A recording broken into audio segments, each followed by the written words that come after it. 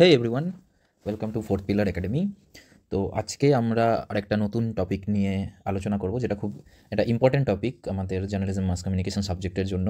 PG student হোক বা net হোক বা সেট হোক, এই পলিটিক্যাল ইকোনমি অফ মিডিয়া এই টপিকটা অনেকেরই বুঝতে অসুবিধা হয় বা অনেকেই ডিটেলসের ব্যাপারে জানতে চাই, এবং এটা আমাদের জার্নালিজম মাস কমিউনিকেশনের ক্ষেত্রে একটা খুব ইম্পর্টেন্ট টপিক। তো আজকে আমি পলিটিক্যাল ইকোনমি অফ মিডিয়া কী সেটাকে আমি ডিটেলসে সহজে বোঝানোর চেষ্টা করব। আগে অলরেডি আমি ক্রিটিক্যাল এবং কালচারাল থিওরি পড়িয়েছি, বোঝানোর চেষ্টা করিয়েছি যে কী, এবং এটা ওই ক্রিটিক্যাল কালচারাল থিওরির সঙ্গে related political economy of media, এবং এখানেও কিছু কি থিওরিস্ট আছেন যারা এই বিষয়ে কথা বলেছেন, আমরা সেগুলোও আজকে আমাদের এই টপিকে দেখব। তো প্রথমেই আসা যাক যে পলিটিক্যাল ইকোনমি অফ মিডিয়া বলতে আমরা কী বুঝি। Basically political economy of media কী করে?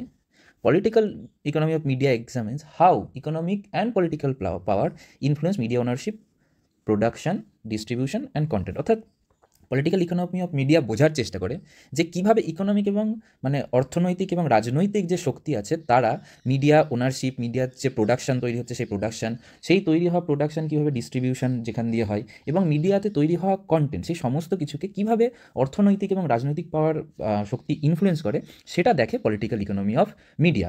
অর্থাৎ একটা দেখা গেল মিডিয়া ওনারশিপের ক্ষেত্রে যদি বলি, যে কোনো একটা পার্টিকুলার গ্রুপ অফ পার্টিকুলার একটা কোনো গ্রুপ বা কোম্পানি দেখা গেল অনেকগুলো মিডিয়াকে ওন করে।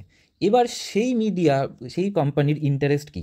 এবার সেই কোম্পানির ইন্টারেস্ট, এবং সেই কোম্পানি যখন দেখা গেল একটা লার্জার অ্যামাউন্ট অফ মিডিয়া তারা ওন করছে, এবং সেই মিডিয়া যখন তারা ওন করবে, এবং সেখানে কিন্তু এই ব্যাপারগুলো আসবে যে সেই মিডিয়া যখন যে কন্টেন্ট তৈরি করবে বা যে ধরনের প্রোডাকশন করবে, কোথায় কোথায় যাবে সেগুলো, সে সব কিছুইগুলো কিন্তু ইনফ্লুয়েন্স করবে ইকোনমিক এবং পলিটিক্যাল পাওয়ার। তো পলিটিক্যাল ইকোনমি অফ মিডিয়া এটাই বোঝার চেষ্টা করে। এবার যদি আমরা বেসিক ডেফিনিশন দেখি যে পলিটিক্যাল ইকোনমি অফ মিডিয়া কী, তো বেসিক্যালি পলিটিক্যাল ইকোনমি অ্যাপ্রোচ মিডিয়াকে অ্যাজ এ বিজনেস দেখে, এবং এই বিজনেসটা কাদের দিয়ে কন্ট্রোল হয়? Controlled by economic and political elites. অর্থাৎ এইখানে যে অ্যাপ্রোচটা হয়, আমরা যেরকম ক্রিটিক্যাল থিওরি মিডিয়াকে কীভাবে দেখে, কালচারাল থিওরি কীভাবে মিডিয়াকে দেখে আমরা দেখেছি, সেখানেই এরকম পলিটিক্যাল ইকোনমি অ্যাপ্রোচ কী করে? Media as a business controlled by economic and political elites. অর্থাৎ মিডিয়াকে অ্যাজ এ বিজনেস কীভাবে কিছু অর্থনৈতিক সংগঠন হতে পারে, যারা পলিটিক্যালি পাওয়ারফুল তারা হতে পারে, তারা কীভাবে মিডিয়াকে অ্যাজ এ বিজনেস দেখছে, এবং মিডিয়াকে ইউজ করে বিভিন্ন ধরনের কালচারাল প্রোডাকশন, মিডিয়াকে ইউজ করে কীভাবে মানুষকে ইনফ্লুয়েন্স করছে। এই পলিটিক্যাল ইকোনমি নিয়ে যারা কথা বলে তাদের কথায় বেসিক্যালি মিডিয়া অ্যাকচুয়ালি ইন্ডিপেন্ডেন্টলি কাজ করে না।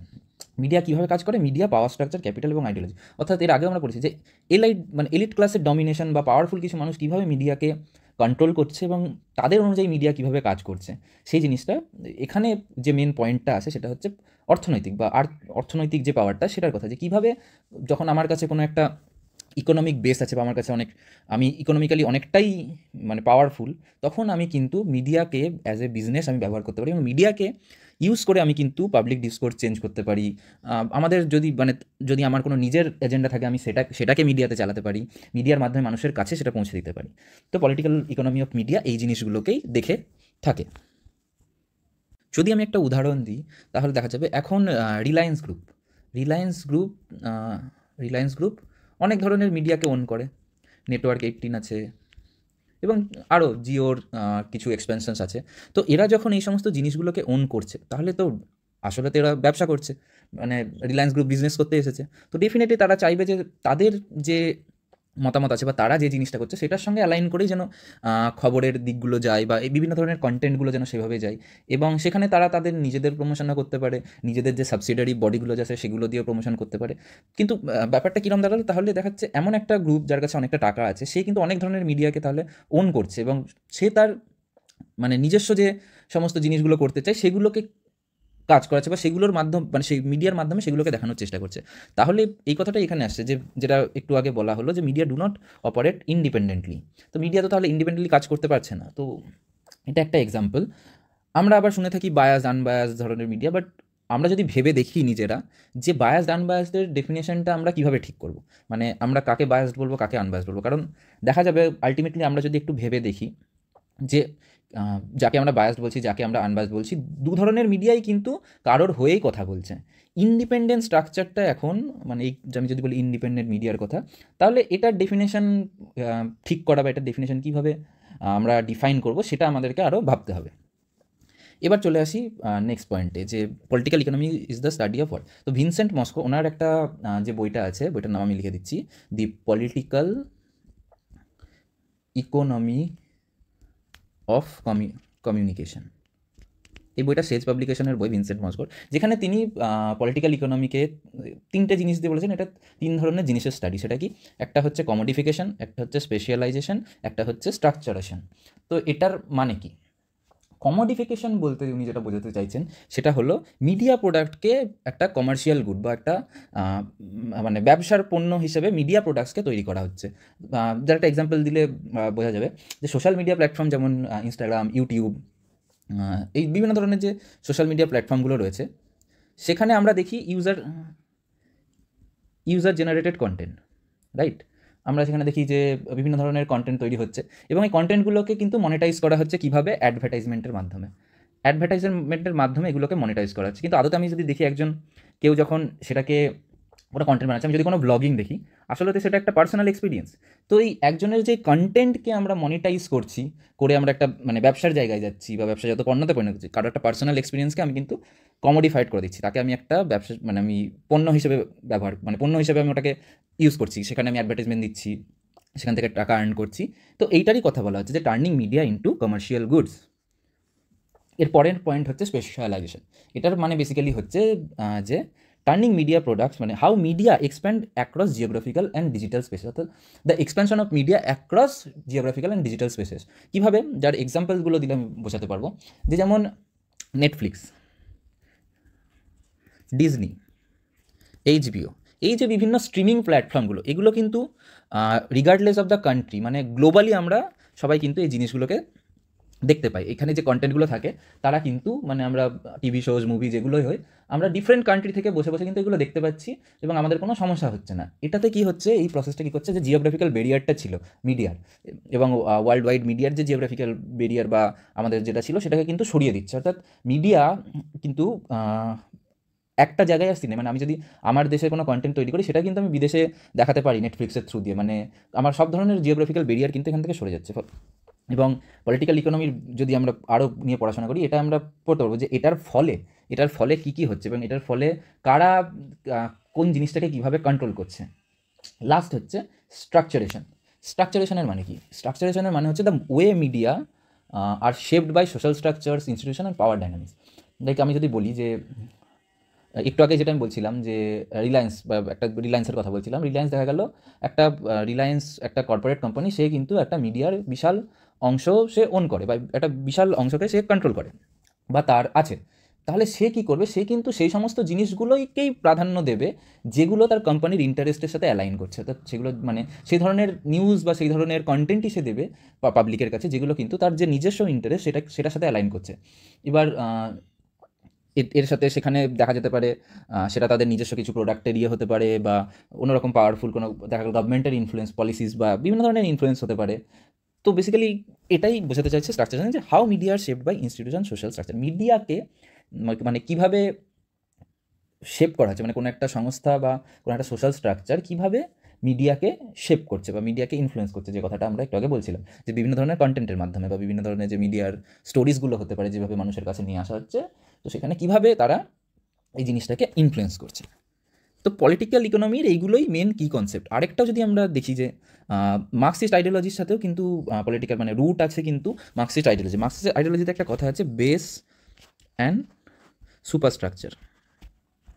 তো মার্কসিস্ট আইডিওলজি, একদম ক্লাসিক্যাল মার্কসিস্ট আইডিওলজি কী বলে, যে এই বেস সুপারস্ট্রাকচারকে কন্ট্রোল করে। বেস বলতে বোঝানো হয় ইকোনমিক ফাউন্ডেশনটাকে, আর সুপারস্ট্রাকচার মানে বোঝানো হয় হচ্ছে গিয়ে নন ইকোনমিক যে সমস্ত ফাউন্ডেশনস রয়েছে, যে সমস্ত নন ইকোনমিক অ্যাসপেক্টস রয়েছে সেগুলোকে।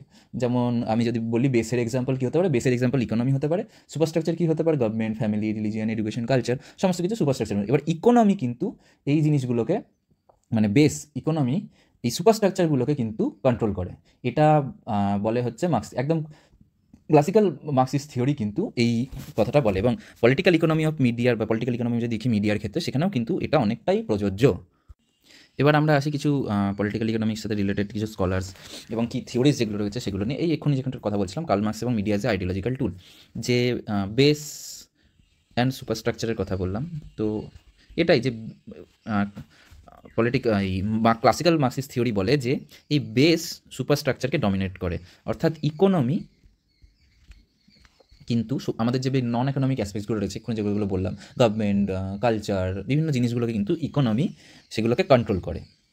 এটার প্রাইম এক্সাম্পল হচ্ছে news media often promote pro business perspective while marginalising labour movement. অর্থাৎ একটু আগে যেটা বললাম যে মিডিয়া অনেক ক্ষেত্রে কী করে, তারা কিন্তু তাদের নিজস্ব যেখানে লাভ সেই জিনিসটাকে বেশি দেখাচ্ছে, যেখানে দেখা গেল মানে এমন কিছু ঘটছে যেটা ইম্পর্টেন্ট ঘটনা, সেই জিনিসটাকে তারা প্রায়োরিটি দিচ্ছে না, তার জায়গায় দিচ্ছে অন্য কিছুকে প্রায়োরিটি। নেক্সট যার কথা বলবো তিনি হচ্ছেন হার্বার্ট শিলার। ইনি কি কনসেপ্ট দিয়েছিলেন? মিডিয়া ইম্পেরিয়ালিজমের কনসেপ্ট ইনি দিয়েছিলেন। তার বেসিক্যালি ইনি বলতে কি চাইছিলেন, হার্বার্ট শিলার যেটা বেসিক্যালি বলে থাকেন যে কীভাবে বিভিন্ন যে শক্তিশালী দেশগুলো, ওয়েস্টার্ন কান্ট্রিজগুলো রয়েছে, সেগুলো কীভাবে মানে তারা তাদের ডমিনেশন বজায় রাখে গ্লোবাল মিডিয়ার ওপর, এবং এই গ্লোবাল মিডিয়ার ওপর যে ডমিনেশন, তার ফলে তারা কি করে, এই ডমিনেশনের মাধ্যমে কালচার, আইডিওলজিস, এগুলোকে তারা তাদের নিজেদের মতো ইনফ্লুয়েন্স করে। ইভেন ইকোনমিকেও, শুধু কালচারাল আইডিয়াস নয়, ইভেন ইকোনমিকে তারা ইনফ্লুয়েন্স করে ওয়ার্ল্ড ওয়াইড। ওনার কথাই হচ্ছে যে মানে এইভাবেই এমনভাবে মানে ওয়েস্টার্ন ডমিনেশন মিডিয়ার ওপর রয়েছে যে তারা মানে মিডিয়াকে ইউজ করে বা মিডিয়ার ওপর তাদের ডমিনেশন বজায় রেখে ওয়েস্টার্ন যে সমস্ত ভ্যালু এবং তাদের যে সমস্ত কমার্শিয়াল ইন্টারেস্ট রয়েছে সেগুলোকে কিন্তু ছড়িয়ে দিতে চাইছে, এবং তার ফলে কী হচ্ছে, লোকাল যে সমস্ত কালচারগুলো রয়েছে সেগুলো কিন্তু ধীরে ধীরে নষ্ট হয়ে যাচ্ছে। এইটা বলে থাকেন হার্বার্ট শিলার, এবং তিনি এই মিডিয়া ইম্পেরিয়ালিজমের কনসেপ্টটা এখান থেকেই তিনি নিয়ে এসেছিলেন। তো তিনি আরও মানে তিনি যে কী কনসেপ্টগুলো দেন তার মধ্যে হচ্ছে প্রথমে আমরা কথা বলি dominance of western media corporations. মানে কী হয় যে বলছে কিছু মিডিয়া কোম্পানিজ যারা কিনা রয়েছে তারা গ্লোবাল মিডিয়াকে তারা কন্ট্রোল করছে, এবং তারা তাদের নিজেদের মতো ন্যারেটিভ সেট করছে, এবং তারা মানুষকে ইনফ্লুয়েন্স করছে যে মানুষ কী দেখবে, কী নিয়ে ভাববে, কী দেখা উচিত, এই সমস্ত জিনিসগুলো কিন্তু করছে মিডিয়া নমিনেশনের মাধ্যমে। এছাড়াও তিনি কালচারাল হোমোজেনাইজেশনের কথা বলছেন, অর্থাৎ ওয়েস্টার্ন মিডিয়া কী করছে, ওয়েস্টার্ন মিডিয়ার ডমিনেন্স এতটাই যে তারা বিভিন্ন সিনেমা হোক, মিউজিক হোক, ফ্যাশন হোক, এইগুলোর মাধ্যমে দিয়ে ওয়েস্টার্ন যে কালচার, সেই কালচারটাকে কিন্তু ডমিনেন্ট কালচার হিসেবে প্রমোট করছে। এবং আমরা যদি দেখতে পারি, আমি আগেও একটা এক্সাম্পল দিচ্ছি, পিৎজা, বার্গার, KFC, এগুলো কিন্তু কখনোই আমাদের, আমি যদি বলি ইন্ডিয়ান কালচার বা ইন্ডিয়ান ফুড কালচারের কথা বলি, এগুলোর পার্ট ছিল না। ইভেন আমরা এখন যে সমস্ত ফ্যাশনগুলো দেখছি, রিসেন্ট ট্রেন্ডস কোথার থেকে আসে, কারা এই জিনিসগুলো দেখাচ্ছে, কারণ এগুলো তো আমাদের ট্র্যাডিশন বা আমাদের কালচারের তো পার্ট নয়। কী করছে, মিডিয়া আমাদেরকে সেই জিনিসগুলো দেখাচ্ছে, এবং ফলে আমরা এগুলোর থেকে ইনফ্লুয়েন্স হচ্ছি। তাই আমরা হয়তো বাড়ির খাবার, আমাদের হয়তো রুটি তরকারি এখন পছন্দ হচ্ছে না, আমরা চলে যাচ্ছি বার্গার খেতে, পিৎজা খেতে, KFC চলে যাচ্ছি, ম্যাকডোনাল্ডস চলে যাচ্ছি।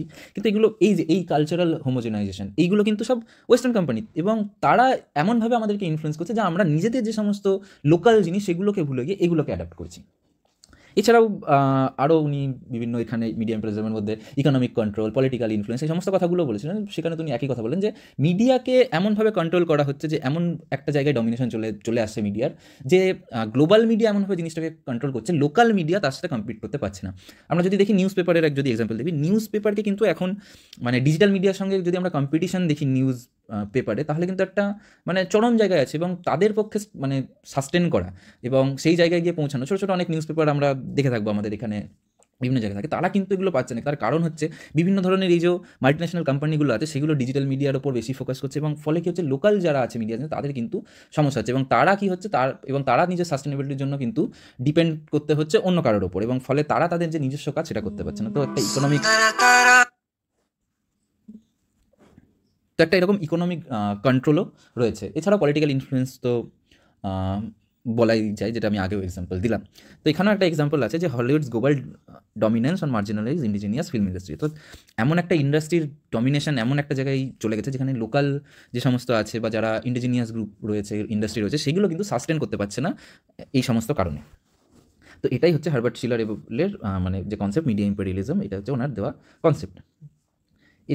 এরপরে যার কথা বলবো যে কি থিওরিজ বা মানে আমাদের এই পলিটিক্যাল ইকোনমির সঙ্গে আমরা পড়ি, সেটা হলো নোয়াম চমস্কি এবং এডওয়ার্ড হারমানের প্রপাগান্ডা মডেল। ম্যানুফ্যাকচারিং কনসেপ্ট বলে একটা বই এনারা লিখেছিলেন, সেখানে তারা এই প্রপাগান্ডা মডেলের কথা বলেন। সেখানে বেসিক্যালি তারা কি এক্সপ্লেন করেন যে মানে মিডিয়া পাওয়ারফুল যে সমস্ত এলিট রয়েছে তাদের হয়ে কীভাবে মিডিয়া কাজ করে, এবং তাদের ইন্টারেস্ট মানে তাদের যে সমস্ত চাহিদা বা তাদের যে সমস্ত এজেন্ডা প্রপাগান্ডা রয়েছে সেগুলোকে আর কি মানুষের কাছে পৌঁছানোর জন্য কীভাবে মিডিয়াকে তারা ব্যবহার করে। এবং মিডিয়া, উনি যেটা বলেছিলেন লাইনে, যে how mass media serve the interests of powerful elites, তো কীভাবে সেটা করে হচ্ছে মিডিয়া এমন মানে লার্জ কর্পোরেশন যখন একটা মিডিয়াকে ওন করে, তারা কিন্তু সেই সমস্ত জিনিসই দেখায় যেগুলো তাদের নিজের স্বার্থকে পরিপূরণ করবে, এবং তার ফলে তারা কী করে, এইগুলো দেখানোর মাধ্যমে কিন্তু তারা পাবলিকের যে সমস্ত মানে পারসেপশন যেগুলো রয়েছে সেগুলোকে চেঞ্জ করে, সেগুলোকে ইনফ্লুয়েন্স করে, এমনভাবে ইনফ্লুয়েন্স করে যাতে কিন্তু তাদের বেনিফিট হয়।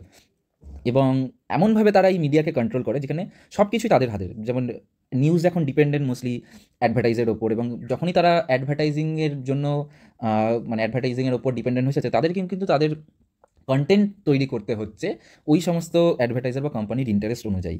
এছাড়াও এখানে বেশ কিছু মানে 4-5টা তিনি যে কনসেপ্ট দেন সেগুলো হচ্ছে ownership, advertising, sourcing, flag, anti communism, ideology, এই কথাগুলো উনি বলেন। তো ফ্লাগ এটা একটা ইম্পর্টেন্ট জিনিস। ফ্লাগ মানে কি, দেখি যখন আমরা কোনো মিডিয়া যখন একটা মানে ডমিনেন্ট পাওয়ারকে চ্যালেঞ্জ করে, সেই মিডিয়াকে কিন্তু অনেক ব্যাকলাশ পেতে হয়, তাদেরকে কিন্তু অনেক রেজিস্ট্যান্স তাদের কাছে আসে, কারণ তারা একটা পাওয়ারকে চ্যালেঞ্জ করছে। এবং এর হাজারো এক্সাম্পল আমরা যদি দেখে থাকি, মানে আমরা হাজারো এক্সাম্পল দেখতে পাবো কীভাবে এই জিনিসটা হয়। এছাড়াও ওনারা যেটা এই বইয়ে যেটা বলেন যে মানে প্রপাগান্ডা মডেল, যে কীভাবে একটা ডমিনেন্ট আইডিওলজি, যেটা আমরা ক্রিটিক্যাল থিওরির সময় পড়েছিলাম, একটা ডমিনেন্ট আইডিওলজি কীভাবে তাদের যে আইডিওলজি আছে সেটাকে কিন্তু মানুষের মধ্যে দিতে চাই। এবং এই ডমিনেন্ট আইডিওলজিগুলো মিডিয়া যখন একটা রিপোর্ট করে বা মিডিয়া একটা কোনো কন্টেন্ট তৈরি করে, তারা কিন্তু এই ডমিনেন্ট আইডিওলজিটাকে তাদের এই রিপোর্টিং বা কন্টেন্টের মাধ্যমে কিন্তু পোর্ট্রে করার চেষ্টা করে মানুষের কাছে, এবং মানুষের কাছে সেই জিনিসটাই দেখায় যে এই জিনিসটা যেটা হচ্ছে এটাই তুমি দেখো, এটাই তুমি ভাবো, এবং এটা এইভাবে হচ্ছে। এর ফলে কী হয়, তারা আমাদের যে সমস্ত পারসেপশন রয়েছে বা আমরা যে সমস্ত জিনিসগুলো নিয়ে কথা বলি, সেই জিনিসগুলোকে কিন্তু এইভাবে কন্ট্রোল করে, এবং এইভাবে আমাদের চিন্তাভাবনা সমস্ত কিছুকেই কিন্তু ইনফ্লুয়েন্স করে। যেমন example, coverage of the war often follows government narrative. Definitely আমি যদি কোনো একটা যুদ্ধের কভারেজ করি, তো সেখানে গিয়ে আমি সেই জিনিসটাই দেখাবো যেটা আমার হয়তো গভর্নমেন্ট বা যারা রয়েছে তাদের সঙ্গে যে স্টোরিটা অ্যালাইন করছে। এবং মোস্টলি ওয়েস্টার্ন কান্ট্রিজে যদি দেখি, সেখানে আমি ইরাক ওয়ার এই মিডিয়া কভারেজ যদি দেখা যায়, বা মিডল ইস্টে যে জিনিসগুলো হয় সেগুলো দেখা যায়, সেটা কিন্তু আমরা যদি দেখি বিবিসিতে একরকমভাবে দেখতে পাবো, আমরা যদি আল জাজিরা দেখি আল জাজিরাতে একরকমভাবে দেখতে পাবো। এই জিনিসগুলো মানে একই স্টোরি ডিফারেন্ট ন্যারেটিভ ওয়ে দেখানো হয়, এবং সেটা কিসের জন্য, সেটা হচ্ছে যেখানে যার ডমিনেন্ট বেশি সেই ডমিনেন্টের আইডিয়ালজি অনুযায়ী আমরা এই জিনিসগুলো দেখতে পাই।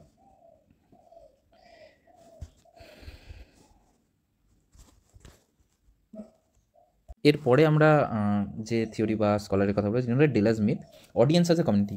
ইনি বেসিক্যালি কী বলতে চাইছেন, যে ফ্রি সার্ভিস বলে কিছু নেই। যদি তোমাকে কোনো সার্ভিস ফ্রি দেওয়া হচ্ছে, মানে হচ্ছে তুমি সেখানে কমোডিটি, অর্থাৎ অডিয়েন্স অ্যাজ এ কমিউনিটি। আমরা যদি কোনো কিছু, মানে এটা সবসময় আমাদের মাথায় রাখা উচিত, কোনো প্রোডাক্ট যদি আমাদের ফ্রিতে দেওয়া হয়, তার মানে প্রোডাক্ট কিন্তু আমরা, আসলে যেটা আমাদের দেওয়া হচ্ছে সেটা কিন্তু প্রোডাক্ট না। এই ব্যাপারটাকে প্রথমের দিকে যিনি এক্সপ্লেন করেন, তিনি হচ্ছেন ডালাস স্মিথ। মিডিয়ার কনটেক্সটে ইনি বিষয়টাকে এক্সপ্লেন করেন যে capitalist media, the real product is not content but the audience itself sold to advertiser. অর্থাৎ রিয়াল প্রোডাক্ট কিন্তু কন্টেন্ট না, কন্টেন্ট বানানো হচ্ছে কিসের জন্য, অডিয়েন্সকে দেখানোর জন্য। কিন্তু সেখানে কী হচ্ছে, আমি কন্টেন্টের মধ্যে আমি দেখছি 25 মিনিটের কন্টেন্টের মধ্যে 10 মিনিটের অ্যাডভার্টাইজমেন্ট, মেন কন্টেন্ট 15 মিনিট, কিন্তু আমি আরও 10 মিনিট টাইম দিচ্ছি। এই 10 মিনিটটাই কিন্তু কী করছে, ওই মানে অ্যাডভার্টাইজিং দেখে টাইম দিচ্ছে। এই 10 মিনিট, আমাদের এই 10 মিনিটটাকে কিন্তু অ্যাডভার্টাইজের কাছে বিক্রি করে দেওয়া হয়েছে, কিন্তু আমরা দেখছি কন্টেন্টই। তো এই জিনিসটাই উনি বোঝাতে চাইছিলেন, যে মানে টিভি হোক, সোশ্যাল মিডিয়া, ডিজিটাল বাংলা, এখন যদি ইউটিউবে দেখি আমরা অ্যাড স্কিপ করতে পারি না। আর এখন তো 2, 3, 4 কতগুলো অ্যাড থাকে তার ঠিক নেই, লাস্ট নম্বর অ্যাডে গিয়ে আমরা সেখানে স্কিপ করতে পারি। তাই ফ্রি বলে কিছু নেই। যদি কোনো কিছুকে ফ্রি দেওয়া হচ্ছে, তার মানে সেখানে সেখানে কিন্তু কমোডিটি যে সেই জিনিসটা দেখছে বা যে জিনিসটা গ্রহণ করছে। এছাড়াও নিকোলাস গ্রাহাম রয়েছেন, যিনি মিডিয়া, ক্যাপিটালিজম এবং লেবার এই সমস্ত নিয়ে কথা বলেছেন। তো বেসিক্যালি যে media workers are exploited like factory workers in capitalism, অর্থাৎ এটাই তিনি বোঝানোর চেষ্টা করেছেন যে মিডিয়ায় যারা কাজ করে তাদেরকে কীভাবে, মানে যারা পাওয়ারফুল আছে তারা কীভাবে তাদেরকে এক্সপ্লয়েট করছে, এবং মানে ক্যাপিটালিস্ট সিস্টেম যেখানে আমরা মুষ্টিগত কিছু মানুষের কাছে বা মুষ্টিগত কিছু পাওয়ারফুল লোকের কাছে সমস্ত কিছু কন্ট্রোল রয়েছে, এবং তারা সেই জিনিসটাকে ব্যবহার করছে নিজেদের কাজে। মিডিয়ার যদি ওনারশিপ দেখি, কয়েকটা গোষ্ঠী মিলে পুরো একটা মিডিয়াকে ধরে রেখেছে, এবং তারা তাদের নিজেদের মতো সেই জিনিসটাকে কাজে লাগাচ্ছে, এবং সেখানে যারা কাজ করছে তাদেরকেও কিন্তু তাদের যারা আছে সেই অর্গানাইজেশনের চাহিদা অনুযায়ী কাজ করতে হচ্ছে।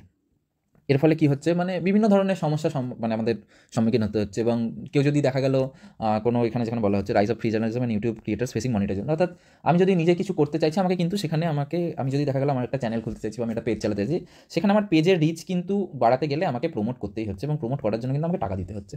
তো এইটাই উনি আর কি বলার চেষ্টা করেন, যে ক্যাপিটালিস্ট সিস্টেমে কিন্তু ফ্রি জিনিসটা কিছু নেই, you have to pay, like তাছাড়া উপায় নেই, এবং সেখানে তোমাকে একজন ফ্যাক্টরি ওয়ার্কারের মতোই তোমাকে কনসিডার করা হচ্ছে। তো এই ছিল হচ্ছে কিছু কি থিওরিজ এবং কিছু কনসেপ্ট আমাদের পলিটিক্যাল ইকোনমিক অফ মিডিয়ার নিয়ে। এরপরে আমি যেটা বলবো যে কি issues in political of media, মানে পলিটিক্যাল ইকোনমি মিডিয়ার যে কথা বলছিলাম সেখান থেকে কী কী ধরনের ইস্যু এখন তৈরি হচ্ছে বা কী কী ধরনের বিষয় উঠে আসছে। তার মধ্যে প্রথম যে বিষয়টা উঠে আসে সেটা হচ্ছে media ownership concentration. Media ownership অর্থাৎ কী বলতে চাইছে যে কিছু ধরনের few corporations dominate global media, যেটা একটু আগে বলছিলাম। এবং এর ফলে কি হচ্ছে, এর ফলে ইন্ডিপেন্ডেন্ট জার্নালিজম, ডাইভার্সিটি, আমরা কিন্তু মানে যে বিভিন্নতার ব্যাপারটা কিন্তু কমে এসেছে, এবং এরা সেই জিনিসটাই দেখাচ্ছে যে জিনিসটা তাদের নিজেদের আইডিওলজির সাথে অ্যালাইন করছে।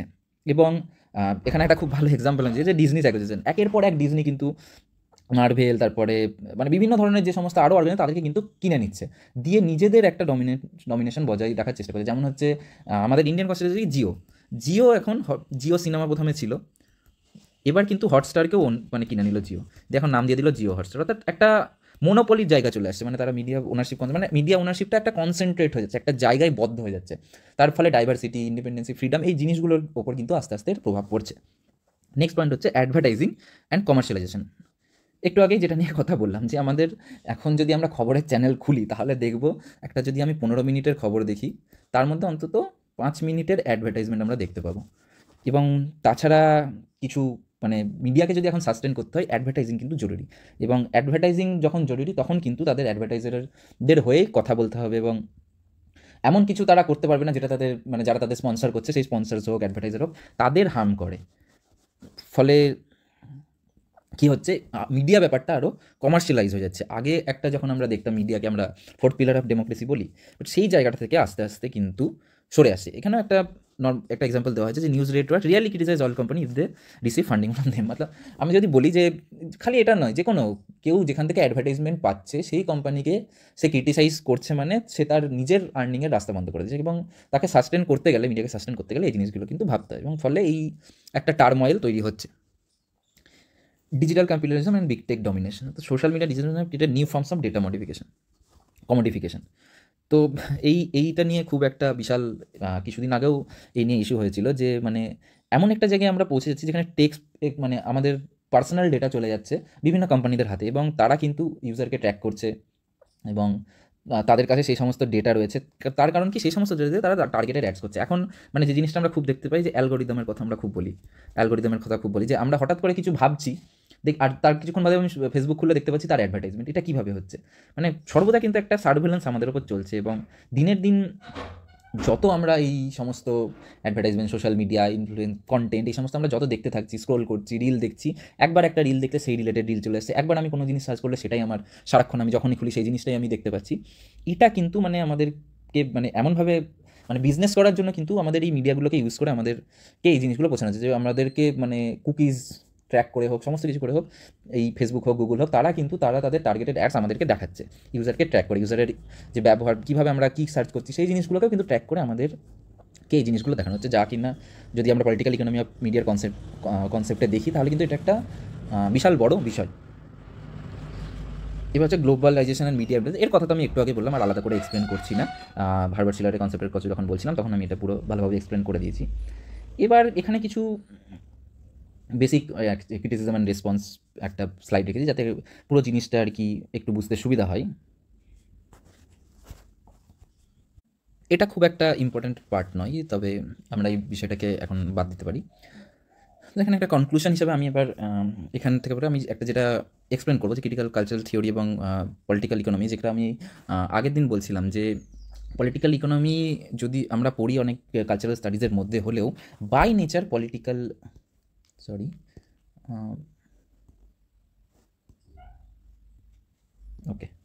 বাই নেচার কিন্তু এটা ক্রিটিক্যাল। তার কারণ হচ্ছে পলিটিক্যাল ইকোনমি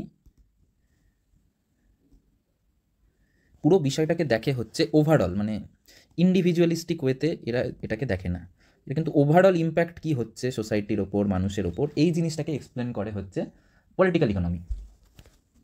কালচারাল স্টাডিজ কী করতো, কালচারাল স্টাডিজ বেসিক্যালি যেটা করতো, তারা কী করতো যে তারা লার্জার সোশ্যাল কনটেক্সটকে ইগনোর করতো, বরং তারা ফোকাস করতো হচ্ছে কিসের, ফোকাস করতো হচ্ছে ইন্ডিভিজুয়াল এবং গ্রুপ এই জিনিসটার উপর তারা ফোকাস করতো। কিন্তু পলিটিক্যাল ইকোনমি কী করে, ওরা কিন্তু মানে লার্জার সোশ্যাল অর্ডার এবং এলাইটস ওনারশিপ অফ মিডিয়া, লার্জার কনটেক্সটের ওপর কিন্তু ওরা কথা বলে পলিটিক্যাল ইকোনমি মিডিয়া। এবং যদি দেখি যে পলিটিক্যাল ইকোনমি থিওরিজ নিয়ে যারা কথা বলতো, তারা মানে সবসময় কিন্তু প্রাইভেটাইজেশন, তারপরে এবং সেন্ট্রালাইজেশন অফ মিডিয়া ওনারশিপ, এই সমস্তর কিন্তু এগেনস্টে কথা বলে এবং এইগুলোকে কিন্তু ক্রিটিসাইজ করে। তাই আমরা যদি মাইক্রোস্কোপিক এবং ম্যাক্রোস্কোপিক ভিউয়ের কথা বলছিলাম, পলিটিক্যাল ইকোনমি কিন্তু ম্যাক্রোস্কোপিক ভিউ, মানে তারা কিন্তু লার্জার কনটেক্সটে পুরো জিনিসটাকে এক্সপ্লেন করে থাকে। তো এই ছিল পলিটিক্যাল ইকোনমি অফ মিডিয়া। এছাড়াও আরও মানে ডিটেলসে পড়া যায়, যদি আরও এই বিষয়ে তোমরা জানতে চাও, দেন আমি একটা বইয়ের নাম রেকমেন্ড করলাম, definitely you guys can read that. তবে আশা করি আমি পুরো বিষয়টাকে মানে পলিটিক্যাল ইকোনমির পুরো কনসেপ্টটাকে সহজে বোঝাতে পেরেছি। তো আজকের মতো এইটুকুই, আবার দেখা হচ্ছে পরে, আবার অন্য আমি আরও কিছু কনসেপ্ট, এই রিলেটেড কিছু কনসেপ্ট আমি আরও পড়াবো। তো দেখা হচ্ছে, এবং যদি ভিডিওটা বুঝতে পারো এবং ভালো লেগে থাকে তাহলে ডেফিনেটলি লাইক, কমেন্ট, সাবস্ক্রাইব করতে ভুলবেন না। And see you soon, take care.